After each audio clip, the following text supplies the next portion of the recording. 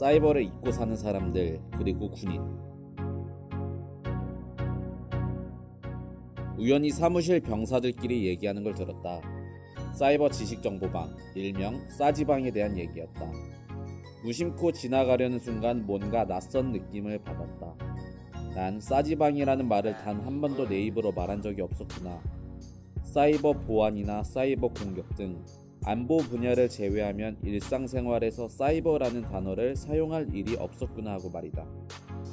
궁금증이 생긴 나는 자리에서 즉시 핸드폰을 꺼내 검색하기 시작했다. 구글 트렌드 조사 결과 사이버 공간은 2005년 대비 90%, 인터넷 접속은 2004년 대비 85%가량 검색량이 줄었다. 어느 순간부터 사이버 공간, 인터넷 접속이라는 말이 사라진 것이다. 2000년대 초 급부상한 개념인 두 표현은 어느 순간부터 촌스러운 것이 되어버렸다. 우리가 더 이상 이 두 표현을 쓰지 않는 것은 역설적으로 사이버 공간과 인터넷 접속이 우리에게 너무나 당연한 것이 되어버렸기 때문이다. 사이버라는 말이 불필요해질 정도로 당연해진 현재, 이상하게도 군대에는 여전히 사이버 지식정보방이 있다. 10년 전에만 해도 사이버 공간에는 문이 있었다. 이상한 나라의 앨리스에 나올 법한 마법의 문처럼 컴퓨터 앞에 앉아야만 인터넷 세계로 빨려 들어갈 수 있었던 것이다. 그러나 스마트폰의 등장으로 각자의 언제 어디서든 인터넷을 사용할 수 있게 되면서 사이버 공간으로 향하는 문은 불필요하게 되었다. 경계가 사라진 것이다. 자연스레 사이버라는 수식어 자체도 필요 없게 되었고, 물고기가 물에 빠졌다라는 표현이 쓰이지 않는 것처럼 인터넷 속에서 살아가는 우리에게 인터넷의 접속이라는 말은 무의미해졌다. 같은 공간에 있지만 싸지방에 대해 얘기하던 병사들과 나는 다른 삶을 살고 있었다.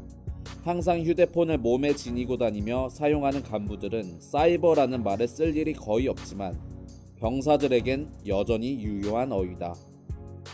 휴대폰을 사용할 수 없었던 병사들의 입장에서 보면 싸지방은 사이버 공간으로 향하는 유일한 문이다. 내가 궁금증이 생기자마자 핸드폰을 꺼냈던 것과 달리 병사들은 궁금한 것이 생기면 싸지방으로 향했을 것이다. 장병들은 궁금한 것 하나를 검색해보기 위해 줄을 서야 하고 기다려야 했을 것이다. 마치 우리가 스마트폰 등장 이전에 숙제를 끝내기 위해 아버지가 컴퓨터를 다 쓰시길 기다렸던 것처럼 병사들의 삶을 살펴보면 정보 검색뿐만 아니라 외부와의 소통도 시대에 뒤처져 있었다. 국방부에서 진행한 설문조사에 따르면 장병들이 휴대폰 사용으로 가장 하고 싶은 것은 바로 소통이었다. 현재 대부분의 의사소통이 인터넷을 통해 이루어지고 있는데 인터넷이 자유롭지 않은 군대에서는 소통의 장애가 많을 수밖에 없다.